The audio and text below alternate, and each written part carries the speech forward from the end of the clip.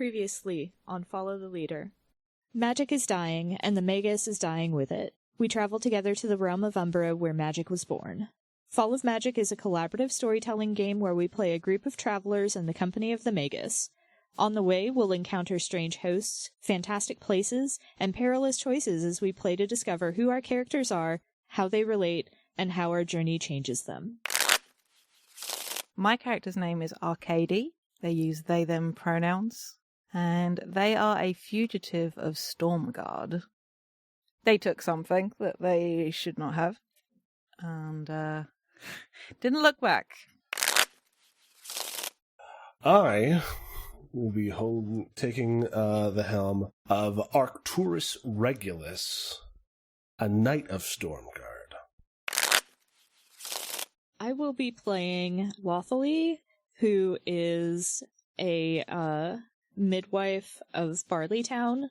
Faye uses Faye or she pronouns, and I just want to say that I envisioned Faye as a, very large, 9 foot tall, half-treant person with, weaves for hair that change with the seasons.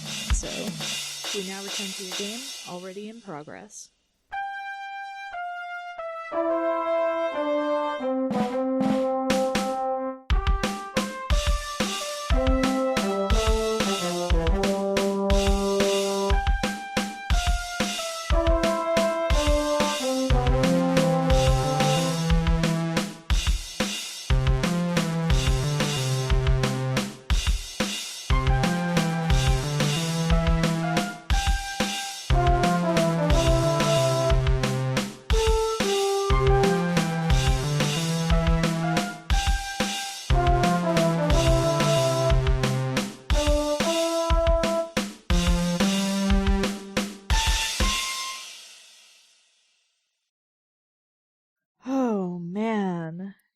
There's so many good ones. Jeez. Mm-hmm. There really is. This is a great location. Yeah, I'm really happy we got to the deep way, y'all.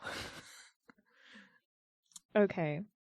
So I think after Lothalie has sunned herself a bit, she's going to stretch her legs in a, not running way. She's going to take a slow ambling walk around, and anybody who wants to be with her when Faye does this is entirely welcome, but eventually Faye and whoever was at Fair's side will all find themselves in a really long hall that's just lined with what I can only describe as old school calculating machines.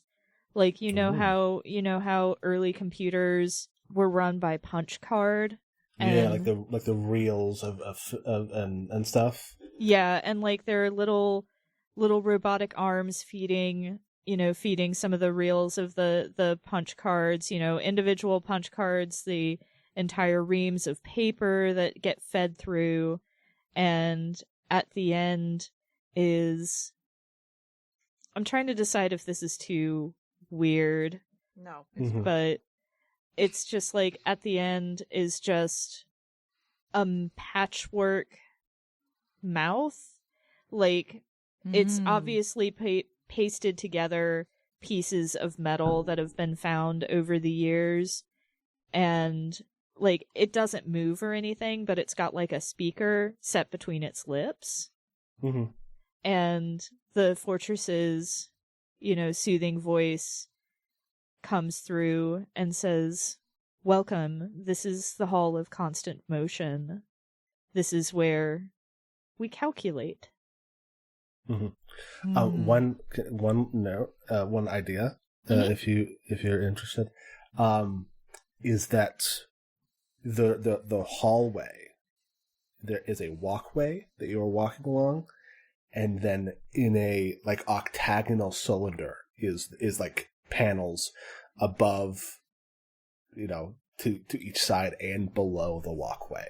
Ooh, I like that a lot. Mm. That's a really good visual. Mm-hmm. Each with like those computer banks. Yes. Love it. Is anybody else with Lothalia here? I was going to say yes, but then I also have to do the next scene. So That's fair. Arcturus? Arcturus is not. Okay. He is afraid of the answers. I'll tell you what. If you said that you were doing what, I think Arcady would have gone with you, but they're not saying a whole bunch. No, that's fine. And Lothalia just kind of like raises an eyebrow and is just like, what kind of calculations? That's not the one question, though. Maybe it says, is that your question? Lothalia just kind of like toes at the surface of the walkway a little bit and says, no, I just wanted to make sure I get your meaning, but will there be a spring after this winter? Can your calculations tell me that? There's like just this incredible whirring sound that like kind of spirals. Like it's, I bet like it almost, you can see the thought moving through the hallway. As like different reels activate at different rates, and like you can see like almost like a wave of motion. And the mouth, it does not open because it just doesn't move, but there is like a ding as it thinks. Perfect. And it says, there is always a spring after winter, though whether we recognize it or not is its own question. Lothalia kind of nods. Thank you. I guess that... If you would allow a bit of conjecture. Sure. Perhaps watching for the spring is the best way to ensure you do not miss it. Lothalia, like, very clearly does not quite understand that conjecture, but Faye, like, smiles a little and nods and says, thank you. I'll keep my eyes open. And, like, forced cheer, because that wasn't quite the answer that she was hoping for. But you don't always get the answer you want, huh? Well, I suppose not. Cool. Does Arcady have anything to say? I think as they leave the room, or leave the hall, they're just like, I'm sorry, that wasn't the answer you wanted. I mean, it doesn't matter what a tree wants. The seasons will do what the seasons will do, but I guess it's nice to know that the seasons will be seasons, whether I like how the seasons go or not. Just have to be willing to bend under the weight of the snow so it doesn't break you. They sort of let out a breath, and they're like, you're allowed to be disappointed. You're allowed to want things. Maybe, but my disappointment doesn't help the Magus. I can be disappointed when we're done, I guess. Being disappointed won't stop you helping him. You want just one thing, and you don't have to feel just one thing. I think Lothalia doesn't say anything, but just kind of, like, nods towards the exit of the hall and starts heading that way. Yeah. Arcady lets her walk away and is maybe going to follow, but sort of a crackling sound catches their ear. And as is my scene, They head off in a direction, and I ignored the last one. I'm getting this one. To the flywheel tower. And they step into this little hallway. And I'm in the same way that Cerebro has that little walkway out into the sphere. It's like that, but it's just into like this long cylinder. And there's all these above and below these turning plates intercut. And the very top is open to the elements of whatever the deep way is. But it's open. And I did check what a flywheel was. I'll confess, I'm not enough of an engineer to truly understand the mechanics behind it, but there's lots of stuff moving in here. It's to do with how it generates energy, as the flywheel does the work. But they're in there, and this place was crackling with energy before they stepped in. And now all I can think of, and it's actually kind of the vibe I wanted, that moment in Disney's Aladdin, the good one, where Iago's running and there's like electricity's been called down. It's like crackling around stuff. Just this whole vibe of, with Arcady in there as well, like little sparks start to fly off of them and like catch in one of the wheels and then sort of goes spinning up, and it starts building and building, and then it gets carried off out the top and dissipates, and then it happens again, and it's stronger this time, and the crackling is louder and is starting to have you ever seen those nuclear cooling towers and the way the sound echoes in them, like people, a little bit like that, and it's getting louder each time they do this. And they just stood there, eyes closed, letting sort of this energy pour off them, but also sort of feed back as well in their hair, which is already pretty big, because it's got that sort of tightly wound, curly quality to it. Sort of seems to get slightly bigger, and their clothes sort of billow a little as their whole body is like crackling with energy.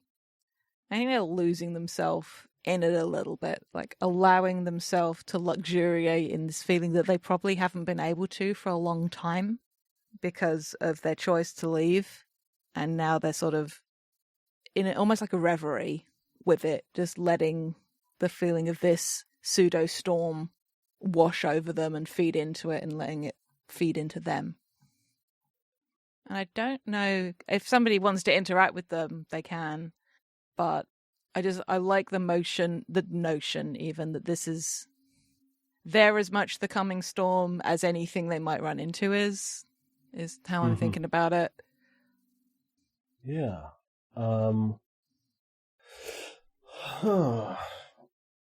to think about what I could bring to it. Yeah, I mean, lawfully might notice that she's lost Arcady, but I'm trying to figure out, like, what, if anything, Faye could bring to this scene. So I don't think Faye would, like, backtrack to find them. That's fine. I think, can you remind me how I was watching a video of a flywheel. I missed how this room is set up. It's a cylinder? Like it's a cylinder going up. And there's north to about I can't even think, on the y-axis, and like it's a little floating walkway out into it, and then there's the different flywheels themselves horizontal, so parallel with that walkway above and below, and there's just lots of them up and down, so it's like impossible to because they're all moving, even though they're segmented, you can't really see how many there are. So I think you hear footsteps on the walkway behind you. As like electricity is arcing all over this place. And Arcturus is there, and he's also feeling it. And he says, I didn't realize you had such a knack for it. Sort of open my eyes and like tilt my head back to look at you. Me neither. Like, you know, like holds out his hand to like dip it into like the electricity that's going all over the place. Mm-hmm. Yeah. And like it kind of crackles around him as well. How does it feel for you?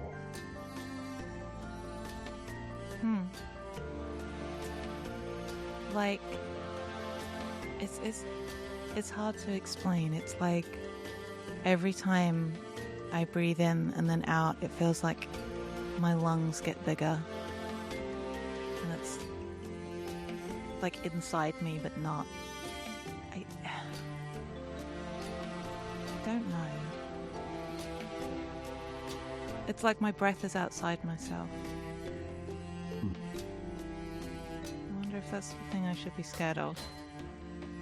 Losing a part of yourself? Mm-hmm. It's never felt like it came from within me. What does it feel like for you? Like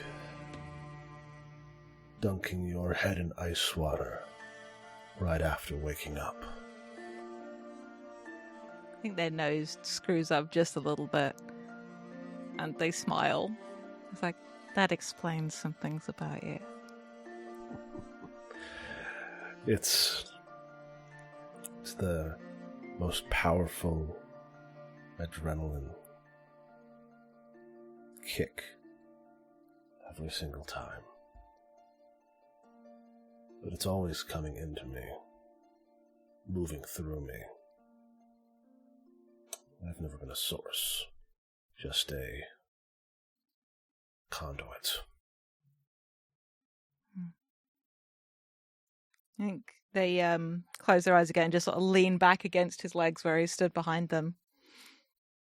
And the electric starts to slow down as they sort of get their breathing under control. It wasn't panicked breathing before, but it was sort of like heavy, like almost like when you're asleep or meditating, that good deep breathing, and it sort of like returns to something more normal, and the crackling sort of slows, and then it's before returning to what it was before they came into the tower.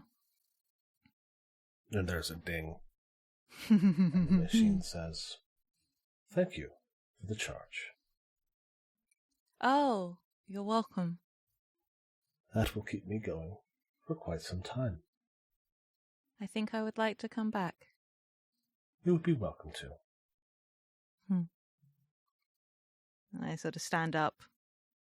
It's like, feels good to be welcome somewhere. Sure does. All right. Now it is my turn. Yeah.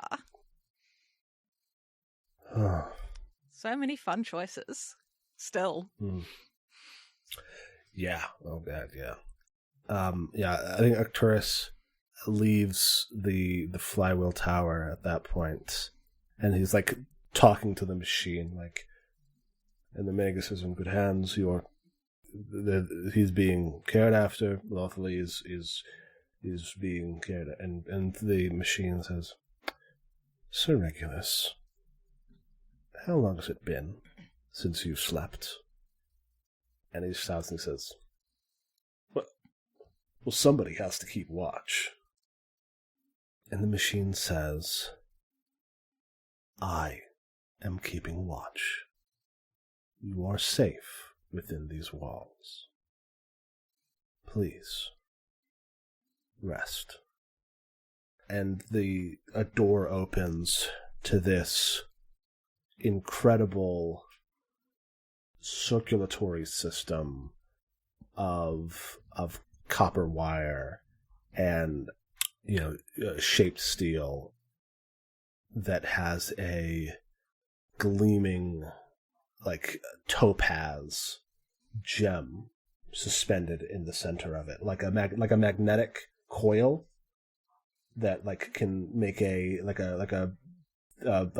iron ingot float in it. Mm-hmm. Except it's this multifaceted gemstone that pulses whenever the machine talks. As the machine welcomes Arcturus to its nest and provides him a place to rest in safety. And gives him a beautiful dream. And I think the dream is, it's back at the castle. And it is Arcturus and Arcady returning as heroes. And it is the Queen, the Storm Queen, admitting her rashness in her sentence against Arcady. And it is a brighter world.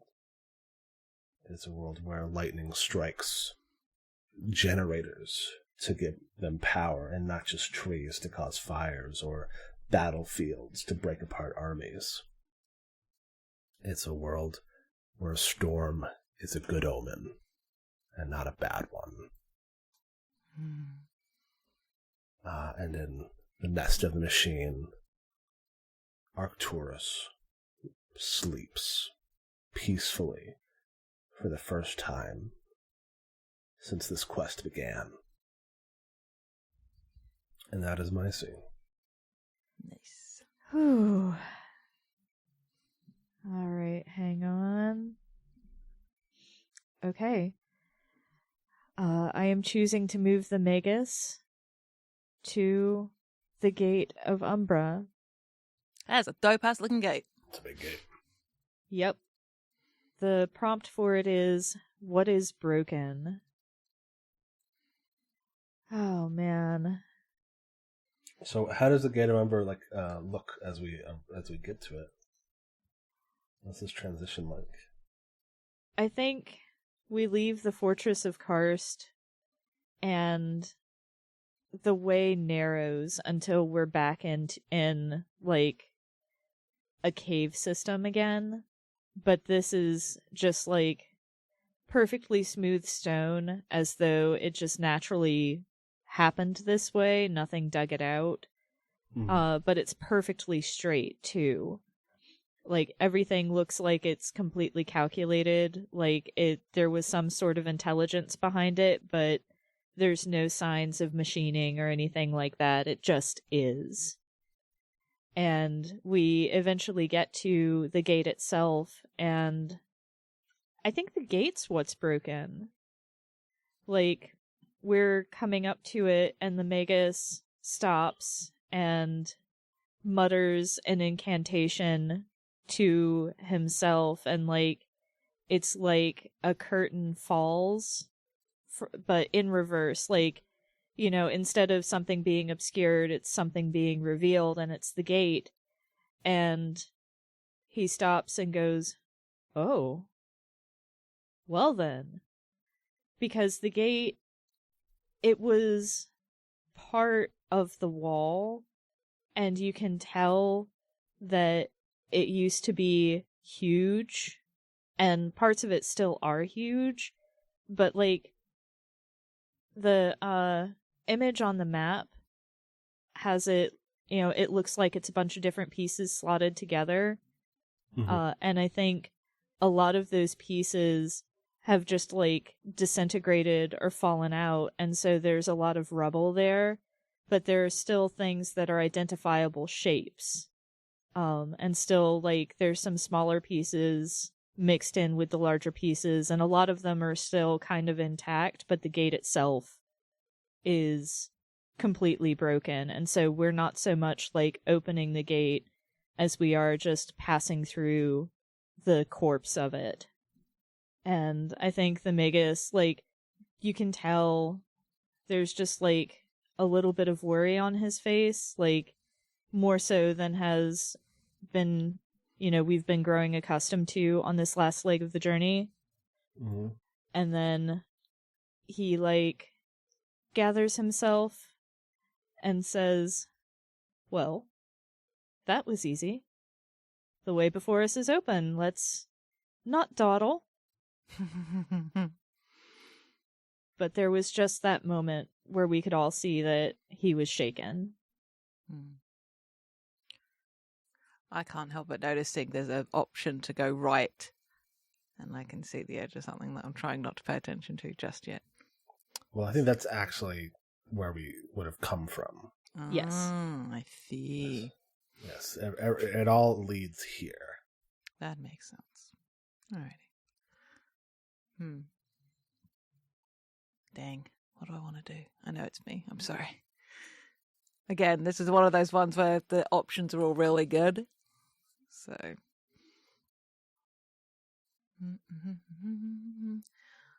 Starry Coast. As the Magus is like taking in the damage and like where it is that we'll be able to fit through, what we maybe need to shift and move to pass through without causing like more damage. There is this sound, I think, that calls, and inspired by what's the edge of the map and the name of this, it is like the rush of water over pebbles.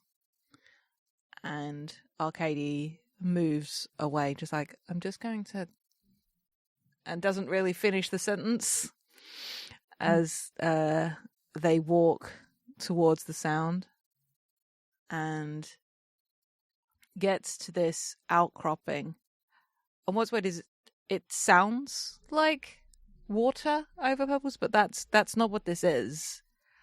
And what it is there is very much what looks like a coastline here, but it just opens out into space. And it's the sound of... They aren't even sure what it is because they don't know enough about space, but it sounds like the ocean. But it's like space itself, this inky blackness, is lapping at the edge of the land here. And up and down and out, as far as they can see, are just stars. Some that they recognize, much more that they don't.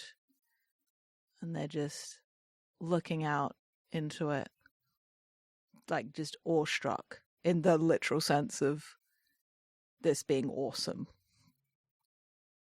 Do you mind if Wealthily finds Arcady on the Starry Coast?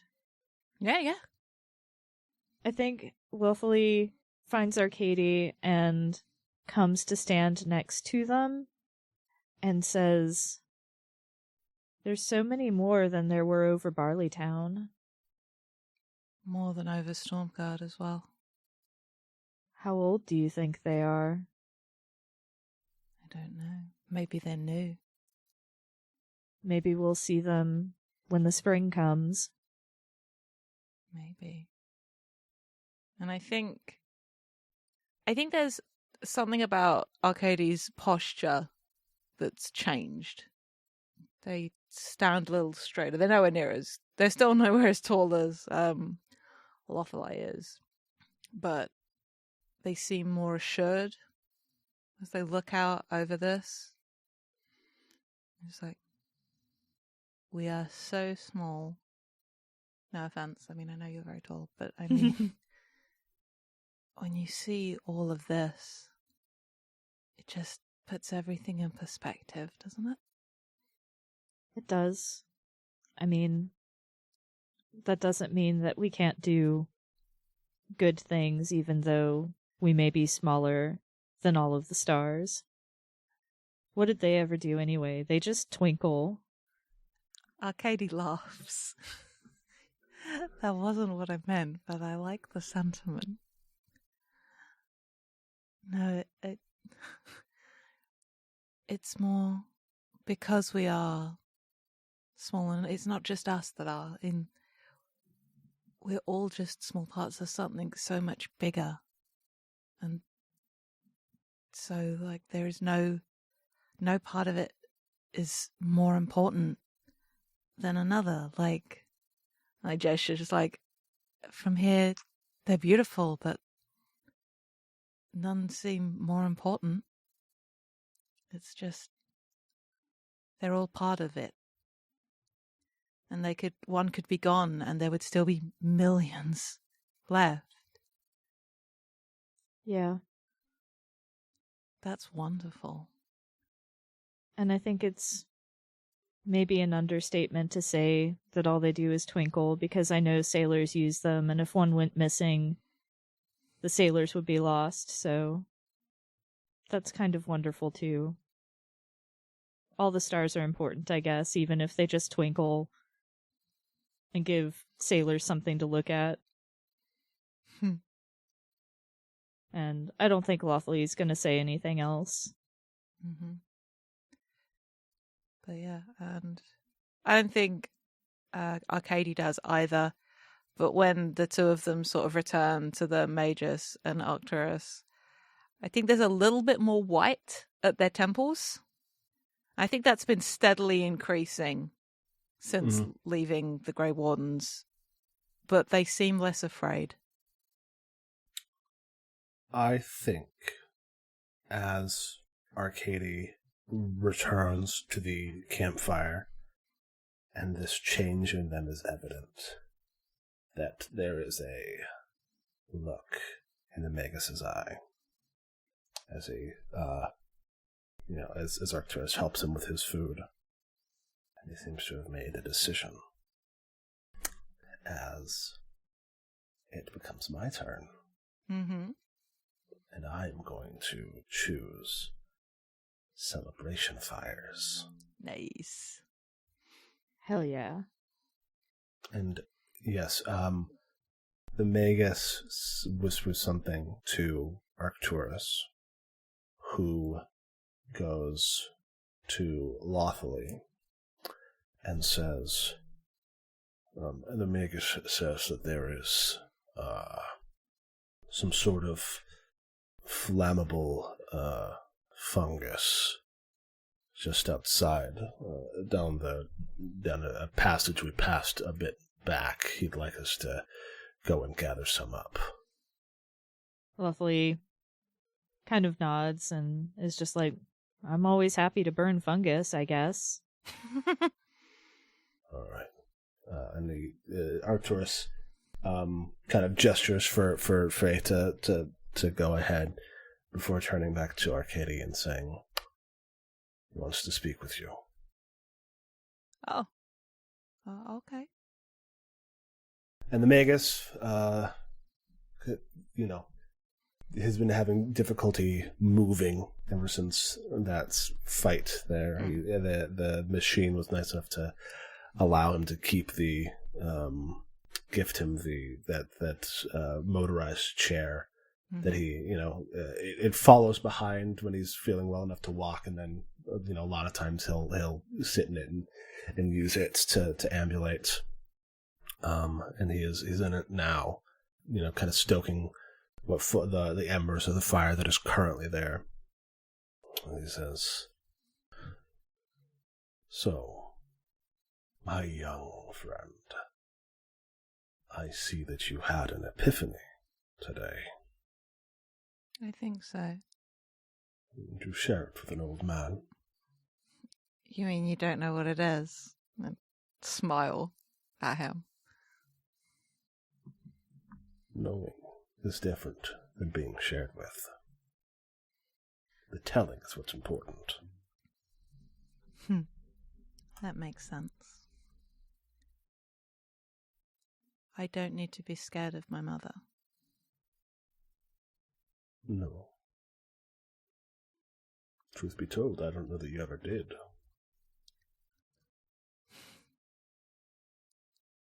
Well, maybe it's that I don't need to hate her.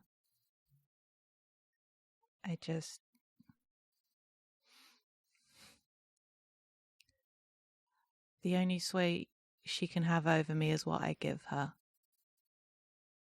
I don't want to give her anything anymore. Sounds like a winning strategy. So, when we go through Umbra and we find where magic was born and keep that old fire going, what do you think you'll do next? I hadn't really thought that far ahead. I thought I was going to just keep moving, see more of the world, learn more about things. There is so much of it out there. I don't want to go back to Stormguard. I don't want... I'm sick of cages and boxes and things being forced into one way of being or another. Much easier when you can decide how you'd like them to be yourself, huh? I suppose, yeah. An open road, a distant horizon. Mm-hmm. And he kind of shifts in his chair, and he creaks and groans a little bit, and he says, well, I spent so much of my youth roaming, but I don't know that I'll be able to do it in the future. But somebody should wander, travel, see the world in all its beauty and terror. And he kind of reaches into his bag and pulls out his walking stick that he hasn't been using as much lately. Mm-hmm. And he says, do you think you would be interested in seeing the world for me? They sort of, they're just sort of mouth slightly open for a moment. Like, they were having this conversation, and I think the reality of what he was saying and implying catches up with them all at once. Mm-hmm. So he holds his wizard staff. Uh-huh, yeah. If that's... And then they put their hand out to sort of meet his around it, as it were. Mm-hmm. And just like, a gift freely given is a powerful gift indeed. I can think of none better to give it to. As he puts his hand over yours, over his. And then in the distance, you hear the grinding sound of Lawfully and Arcturus dragging these huge mushroom stalks. Before you go any further, Zachary, I do want to pitch that my next scene, because I want my next scene to be with Arcturus. Can it be happening while they're gathering mushrooms? Absolutely. Meanwhile, a little earlier. A few minutes earlier. Yep. And you can finish the scene afterwards. It's just, I wanted to do the Dusk Road, a burden you bear. And I was thinking that the Dusk Road can be, like, I'm imagining it almost, I know it's dusk and not dust, but I misread it at first, so I can't help but think of, like, a road that's, like, barely more than a well-traveled path with just, like, gray dust that, you know, it's like the dust from grinding stones, and it's over, it's, like, there are giant mushrooms that hang over it, and it's the smaller ones that we're trying to get at, because, you know, those are the ones that we can reach, and those are the ones that we can carry. Mm-hmm. But I think once they're out of earshot, Lawfully turns to Arcturus and is just like, I think I know why I'm here and why the Magus asked me to come. But I don't know I can do what needs to be done.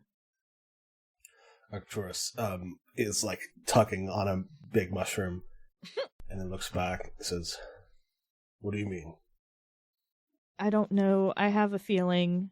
And Faye kind of like reaches up to Fair's leaves, and like some of them are brown and brittle, and Faye breaks one off and says, "I think autumn's here, and I think the winter comes next, and I don't think there's anything that we can do to stop the winter, because that's not how seasons work, but whatever we do, the winter's going to see it, and I think I might be here to help make sure spring comes, but I don't know if we'll survive the winter." But why? Because of the cold? It's not going to be like any winter we've ever seen, I don't think, and magic is dying, and the Magus, he looks so frail right now. I don't know what happens if magic leaves in the middle of winter. How are we going to light our fires? I mean, metaphorically, I know how to use flint and steel, but there's magic in songs, and there's magic in brewing beer, and there's magic in having a kid. There's magic everywhere. If it all leaves, what does that leave us? I don't know. I suppose that there is magic in many things. And if magic... And Arcturus thinks, and he kind of like squares his shoulders, and he says, "Do you think that if magic goes away, that people will stop singing songs, and brewing beer, and having children?" Awfully's like pulling down a big stalk of her own and says, "I mean, I don't know. I hope not." I think back to Barleytown, that tavern full of people, the songs they sang, the frenzy with which they threw themselves at each moment. And I cannot imagine those people putting up their liars and roots just because they are told that magic is gone. And he says, "There is magic in song and beer and children, but it does not come unbidden, because there is labor in those things too." Especially the kids. Sorry. And there is magic in duty, in protecting those you love, and in following what you think is right. But there is labor in those things too. And I will not stop doing that. I think Lawfully kind of like, Faye gives like a watery sort of smile as Faye, gets loose the big stalk of fungus. Catches it as it falls. Yeah. And Faye says, "Well, I'm hardly going to let you outdo me, so I won't stop either. Not until I've helped 100 people give birth to 100 babies or more." You give it your best shot, midwife. I will not be outdone in service. As he tries to lift this whole thing by himself. Is that the one that makes the dragging noise as we come back? Yeah. He's got it over his shoulder, but one of the ends is still on the ground. Mm-hmm. And now we're back to the present. Mm-hmm. As the Magus looks up, he somehow through some legerdemain, Arcady, his hands leave yours, and you're holding the stick. Mm-hmm. And he says, "They are good folk, but they need somebody who knows where to go." Arcady nods. As your compass kind of wiggles. All right. Oh boy. This game sure is sad, huh? Yeah. I think we're sad. I don't think the Magic game has is to dying. I've played myself. The Magus is dying with it. This was established at the top. Yep. So, I guess we head to the Nameless City now, don't we? Yes. Flip the map back. Yep. Flip the map back. I've got to actually take myself over there too. I'm just gonna delete this so we can see where. There we are. Boom. Hang on, I'm gonna cover up the rest of it. Oh crap! I'm the Magus. Dang.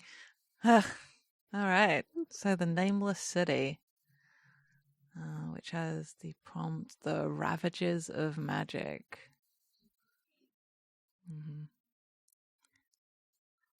Okay. What this is, the Nameless City, as we emerge up and out through this ruined gate, is, imagine like a green apocalypse meets an Escher painting. Oh man. It's the laws of reality don't apply here because too much magic has bled into the world. Oh, can I make one suggestion as well? Mm-hmm. Is that it is entirely monochromatic here. Love that. Ooh. Love Just that. completely black and white. The Magus, as well, has been bleaching color this whole time, and it was hard to tell underground. Mm-hmm. But as we come out, the Magus is like in all grays, and like the color in his beard is gone, Mm-hmm. and the color in his hair is gone. Yeah, and like there is the sun above us, but it's like white. Yeah, it's the brightness of a winter morning when everything is covered in snow. Mm-hmm. Mm-hmm. And like, I just like there's things are growing at weird angles, and it's like there's layers of reality on top of each other. It's one of my favorite things in Discworld is like the way magic leaches into the world around it and starts to warp things. Mm-hmm. Mm-hmm. And I don't know whether it's that was what's happening. And as magic is fading, whatever was holding these impossible angles is starting to break down. And that's maybe why the gate was broken. Because the tether of magic is fraying away like old rope, and there is nothing to hold these reality-defying things anymore. Reality is catching up with it. Mm-hmm. And time is catching up with it. And it's got that real liminal space feeling. Like that something should be here that's not. And it is preternaturally silent. Not a peaceful quiet. There is nothing. I don't think even our footsteps make a sound on the ground. Mm-hmm. It's like the world is holding its breath. Mm-hmm. Ooh. And it's that, I think it's that vibe of, is it Anabic chamber? Like totally deadens all sound. Mm-hmm. Yeah. So hearing each other, like, that's what it feels like. We'll be able to talk, but like, I don't think any of us want to say anything yet because it is It's like an so... effort. Yeah. and nobody wants to break that quiet because so much feels like it's about to fall apart, and nobody wants to make a sound in case that is what sends everything crashing down. And that is the Nameless City. And the Magus doesn't break the silence either. It's just like pushing forward, sort of like he. No, yeah, the Magus is like almost sleeping half the time now. Yeah. Oh, it's me. I have to pick one. You do. Oh, God. Well, I think what I'm going to have to pick is as we go through this terrifying, like a multi-dimensional place, there is this huge skeleton clad in this incredible armor that has been falling, has not rotted, actually. It's completely intact, which makes it so much stranger that the body itself has been bleached to bone. And coming up through its center like a tree is another one of those calcified Lichtenberg structures. Ooh. Because as we come upon the body of the ancient in a battle fought long ago, and Arcturus looks up at it and kind of tightens his grip on the Magus's chair as he pushes him and says, "I don't even remember what its crime was." Maybe that's the point. Maybe if you do something bad enough, you don't get to be remembered anymore.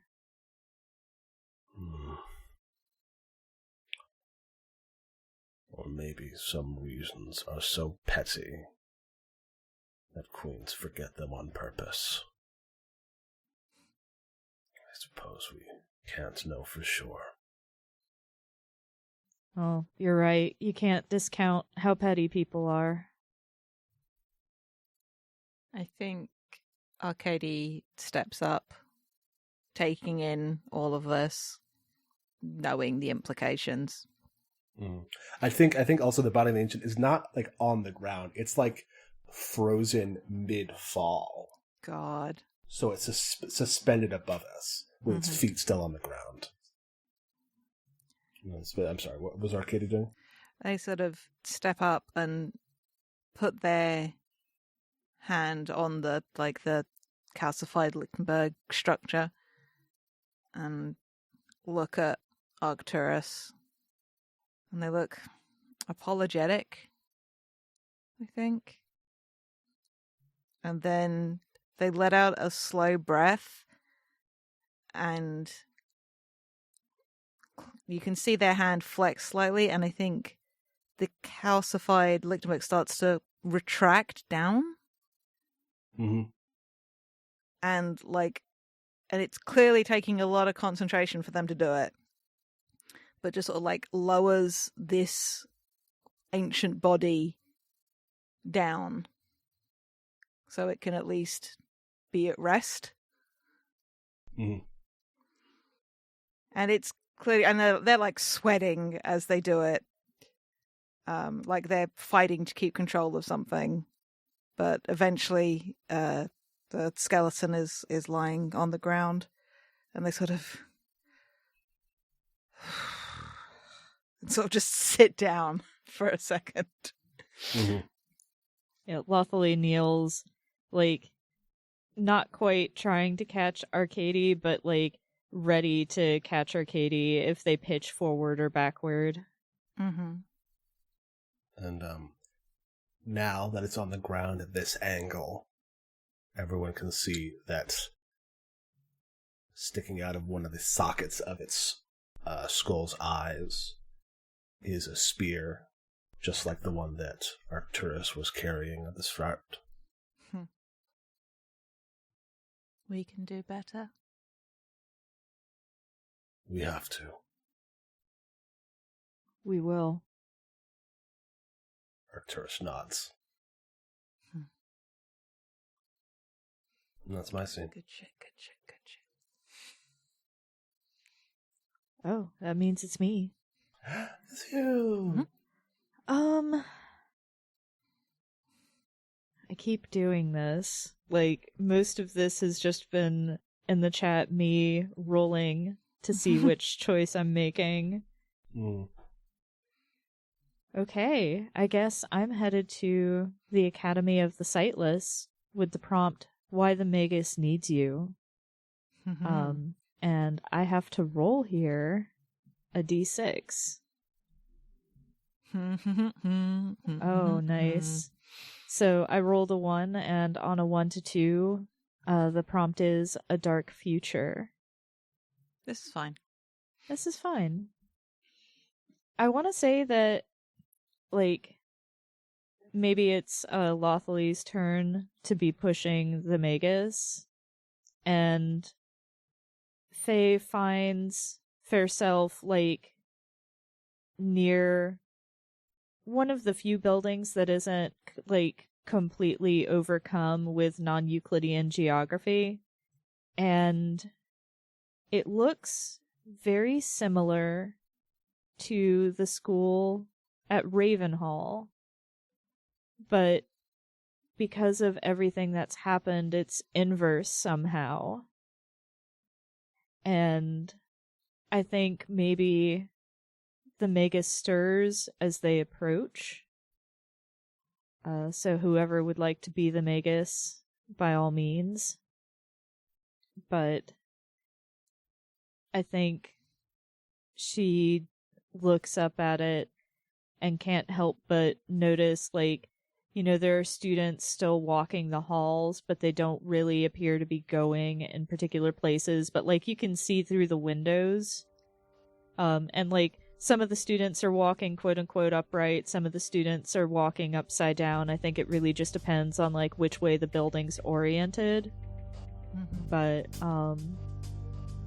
as the Magus stirs, I think he says, this used to be Ravenhall too. It could be again. And that would not be a good thing. And Lothely kind of pauses, and then she's like, well, what do we do? And I'm going to defer to one of you to give a idea of what we do here, because August does not have an idea for what we can do to prevent this school from becoming part of Ravenhall again as part of the dark future. I do have an idea, if you don't have one, Jade. Yeah, have it, please. Go right ahead. Magus kind of lips his lips, and they're cracked and dry. And he says, the problem has always been the problem.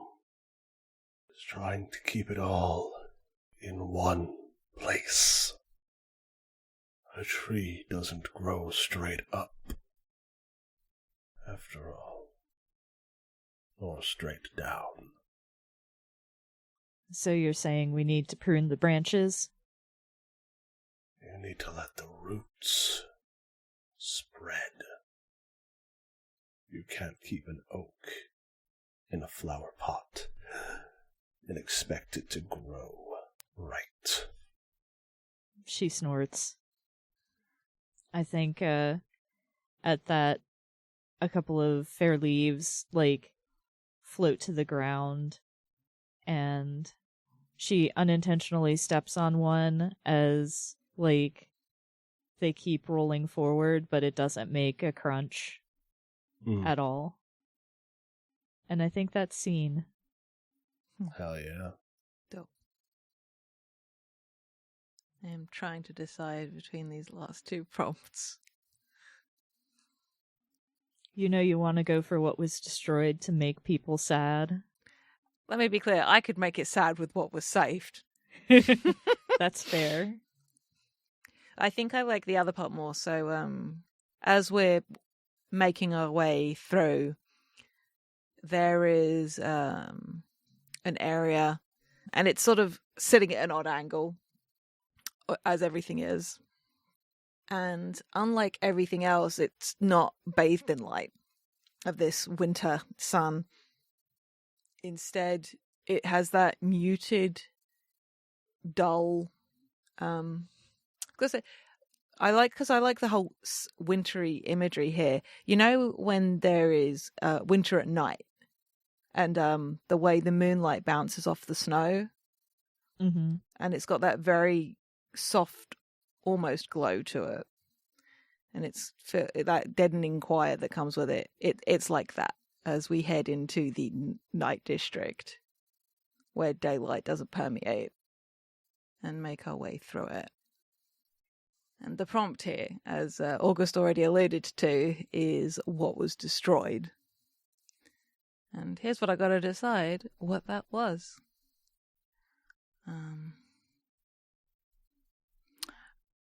I think also, as we are moving through, stuff starts to crunch underfoot.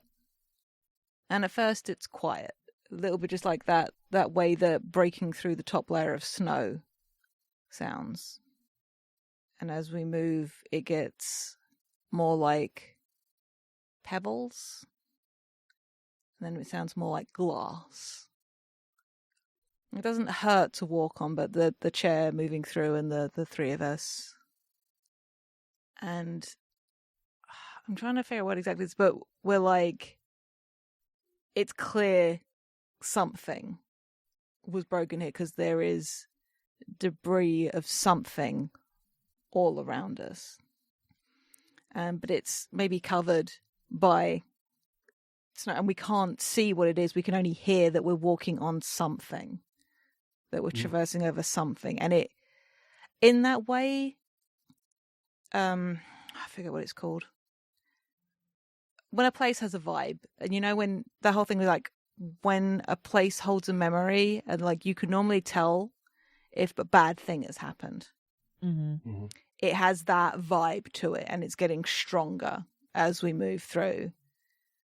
Like, there's something that has scarred the very essence of the place itself here. Mm-hmm. And I don't know what the exact specific is. And I have an idea, but I'm not sure how we would pick up on it. okay, what's the idea? They've lost their future. They can't progress past what's here and now and what we see. But I don't know how we would know that. Yeah, like just the feeling of knowing. Maybe we catch a glimpse of a shard and it reflects in full color, even though we can't, like, actually hear anything that's going on. But I don't know, since Lothely's the midwife, I keep going back to children, and it's, you know, goes to, like, just children run across the path, but there's no sound, there's no actual children, and we've never actually seen children the entire time we've been here. Mm-hmm. And we just know that whatever happened here, there was no going forward for this place. Mm-hmm. Like, it reached a breaking point. It got too much for itself and, like, collapsed inward. Yep. Like, too much in one space, too much magic in one place. Mm. Oh, boy. All right. Cool. All right. So I think it's time, right? We're calling last round. The glow, where magic was born. So we move through this shattered place, and this place could not go forward, and yet we do. And we realize, after a fair bit more walking, that one, we have not stopped walking for some time.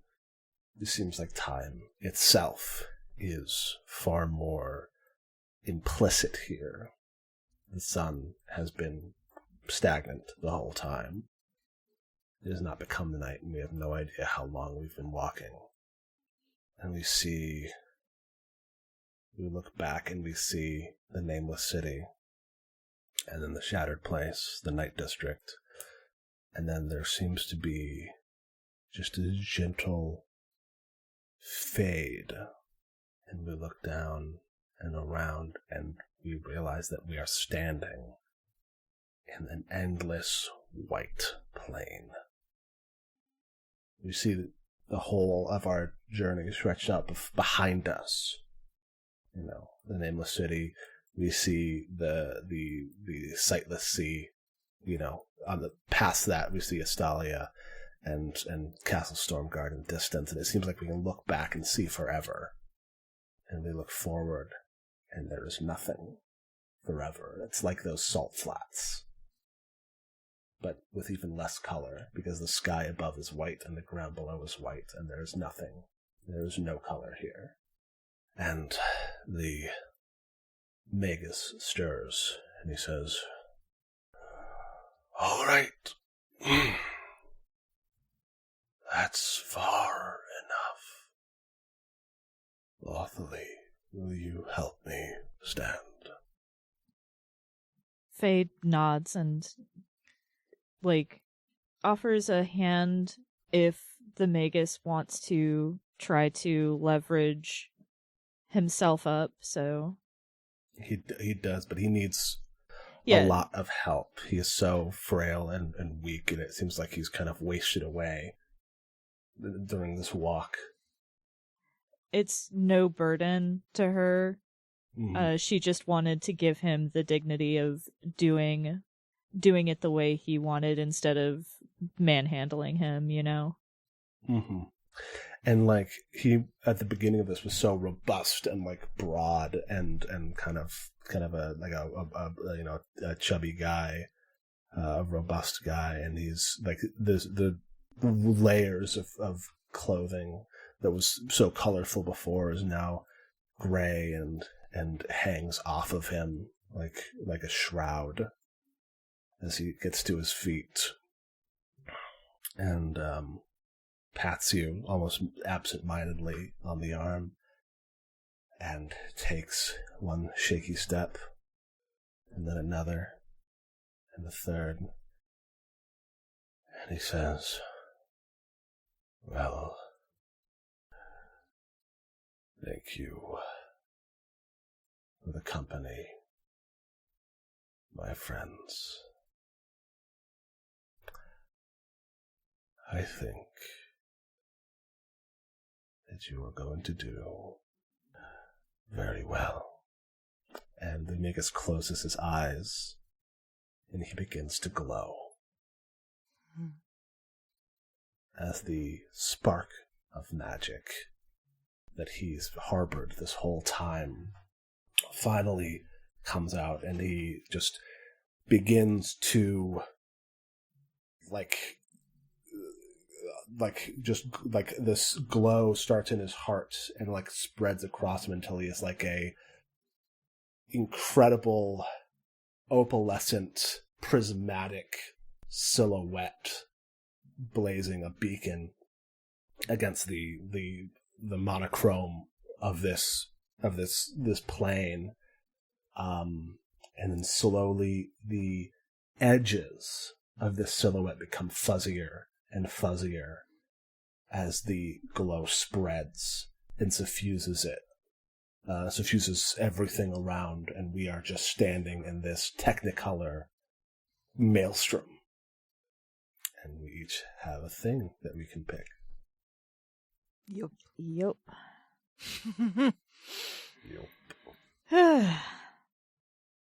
I think I'm gonna go over here, and all of these scenes are marked with a symbol that involves changing something about our character.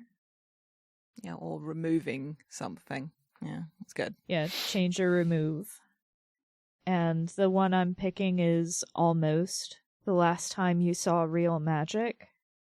And I think in this moment, and Faye doesn't know why, or maybe on some level Faye does, but Lothalie thinks about that conversation with Arcturus about the magic in singing and the magic in doing.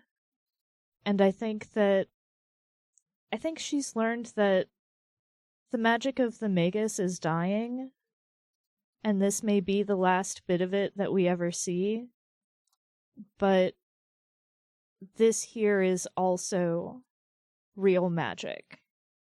And I don't think it's much of a scene at all, I just think it's a realization.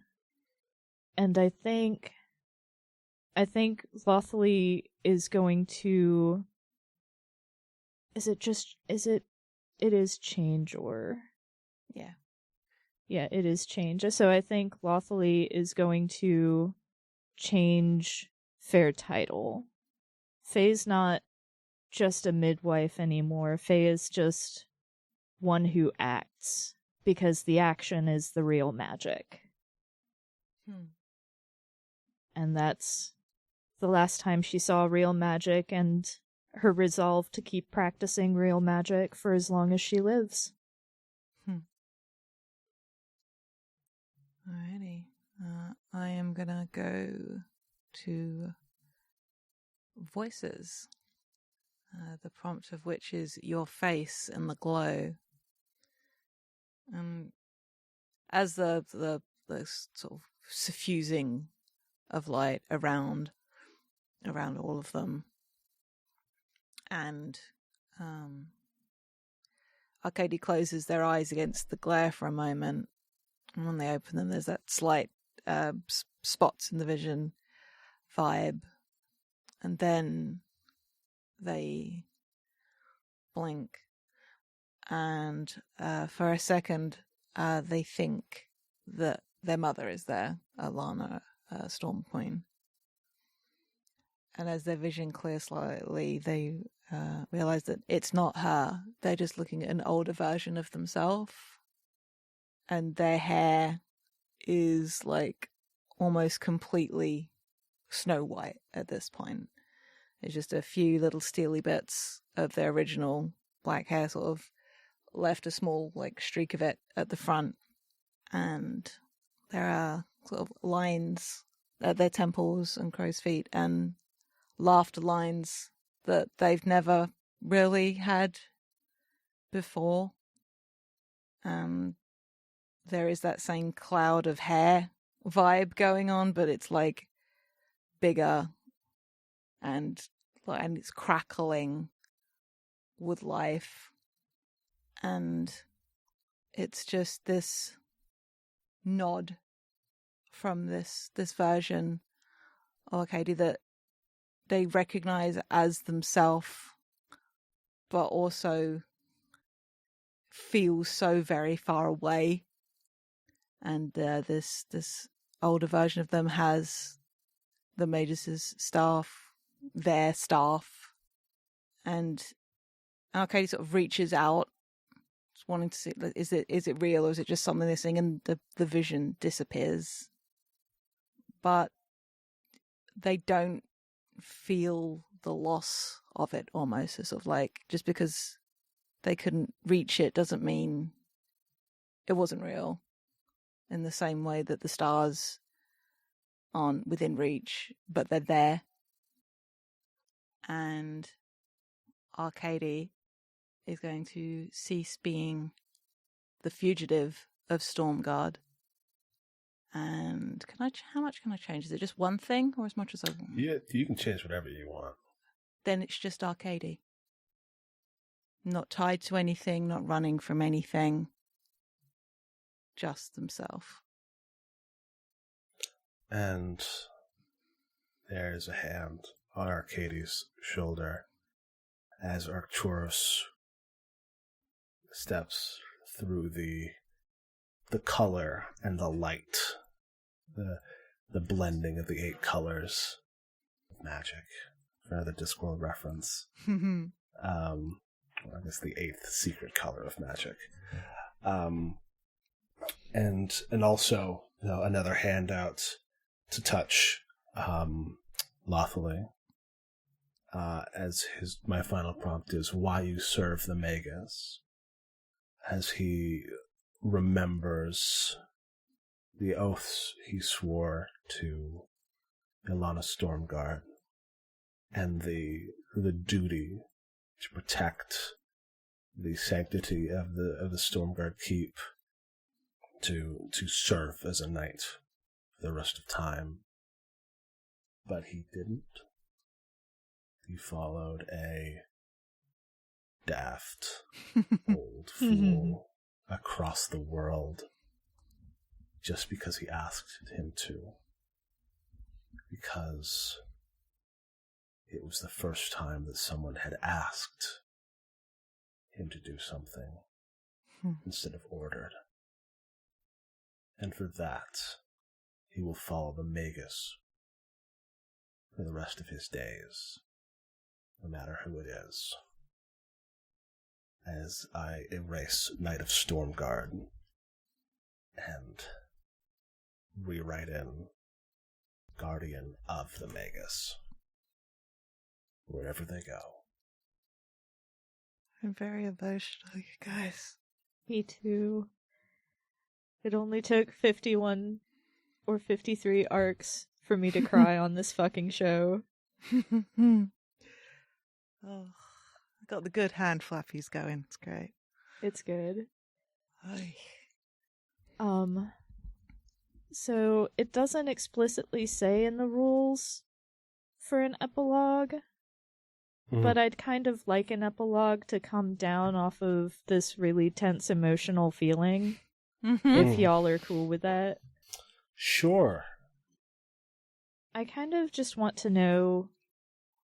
First, I'd like to know what Arcady is doing during the winter as it comes, because winter always comes, and that'll kind of determine what I think Lothalie is doing during the winter.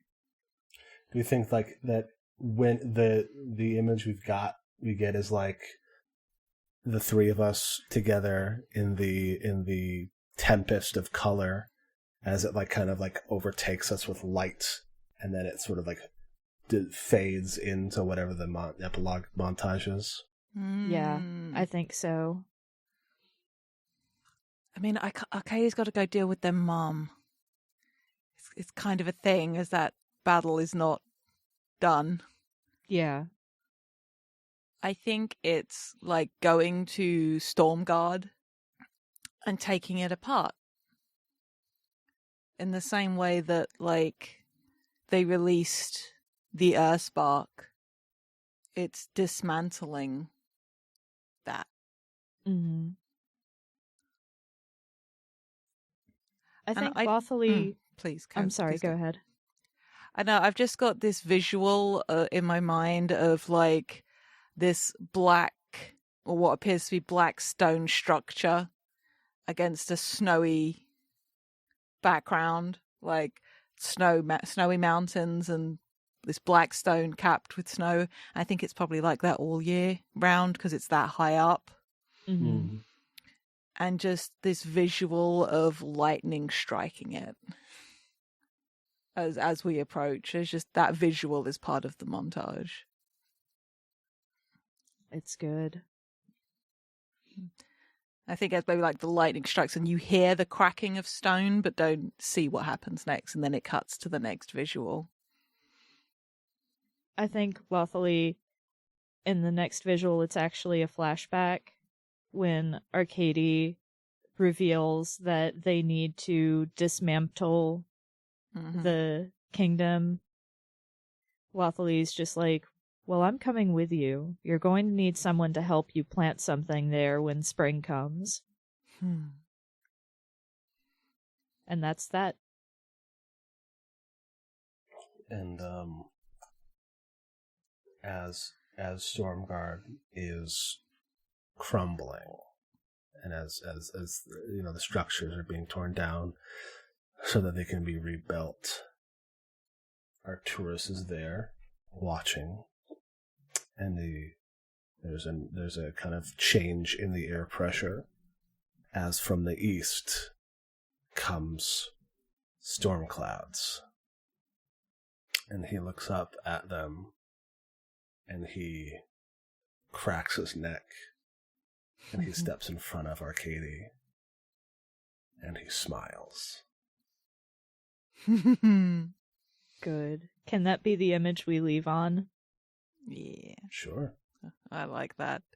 I mean, I could spend the next couple hours describing just how he kicks all their asses, but... I mean, we know that's going to happen, but I just love the idea of the last image we see is just like the expression of glee. Sort of like just sort of no longer grim determination. Ooh, question. What color are his eyes in the last shot? I think they are all of them. Good. It doesn't have to be part of the visual, just like struck by him saying he's a conduit and like Arcady channeling the storm into him. Just, I'm also really tickled by the notion of Arcady hearing somebody talking about dismantling the monarchy and assuming this was a very literal thing. Just like, okay, dismantle the monarchy. Brick by brick by brick. Hell yeah. All right. Boom. Shall we do do outro? Yep. Shall we do outros? Let's do an outro. Yeah. That's how we end these things. Yeah. I've been August. You can find me on Twitter at Harpydora. It only took this long for me to cry. I'm still really emotional, but I'm still happy about the story we told. And playing with me today has been Jade. I've been Jade. I continue to be emotional about many things. This was great. Playful of magic. It's dope. You'll enjoy it. You can still find me on Twitter, Jade Oxford Rose. And rounding out the trio of making us all feel things has been Zachary. What's up? I'm Zach. You can find me on Twitter at Obfuscating God. You can find the music I do at iambugbear.bandcamp.com. And this game whipped. It did. This is such a fun game. I can only imagine how charged the experience would have been with a physical scroll. Yeah, I love that part of the journey's end is like the ceremonial rolling up of the scroll. Yeah. By the way, let's put us all here at Finn. All right. Shall we clap? Let us clap. Let us clap.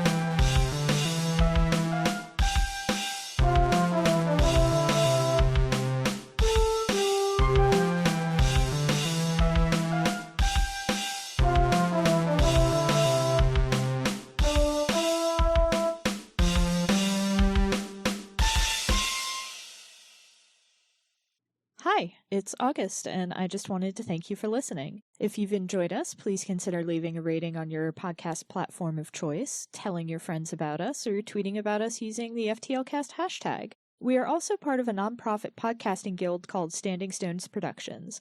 We do a variety of shows, including The Room Where It Happened and Dumb Kids Playing Hero, 2 actual play shows, and a Steven Universe discussion podcast called Gay Space Rocks. We also do live streams at twitch.tv/StandingStonesProd. You can keep up with everything that we do on Twitter at Stones_Standing. Unfortunately, Standing Stones was already taken. Your support means a lot. Thanks again!